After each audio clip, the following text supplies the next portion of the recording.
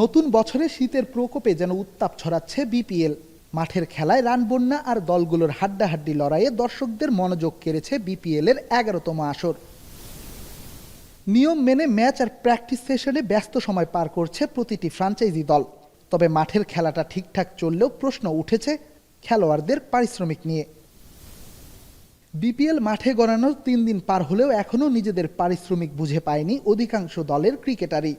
তবে খেলোয়াড়দের পারিশ্রমিক নিয়ে ফ্র্যাঞ্চাইজি মালিকদের সাথে নিয়মিত যোগাযোগ করছে ক্রিকেট বোর্ড। গত 4 মাসের সিচুয়েশন দেখতে হবে আপনার সবার তরফ থেকে। তার মানে তা না যে প্লেয়াররা পয়সা পাবে না, ওইটার জন্য আমরা আলাদা পদক্ষেপ নিয়েছি। তাদের বলছি, আমি প্রেসিডেন্ট হিসাবে তাদের সাথে সরাসরি কথা বলছি, কেননা তাদের জন্য আমরা অনেক কিছু করার চেষ্টা করছি ফ্র্যাঞ্চাইজি।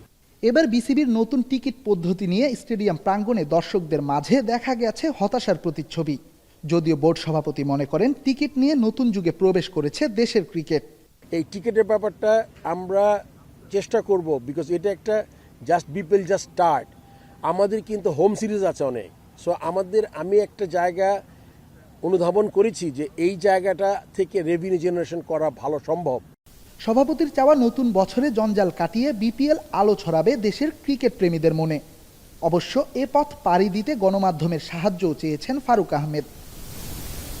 মিরপুর শেরেবাংলা স্টেডিয়াম থেকে রেদওয়ান শাওন, এখন।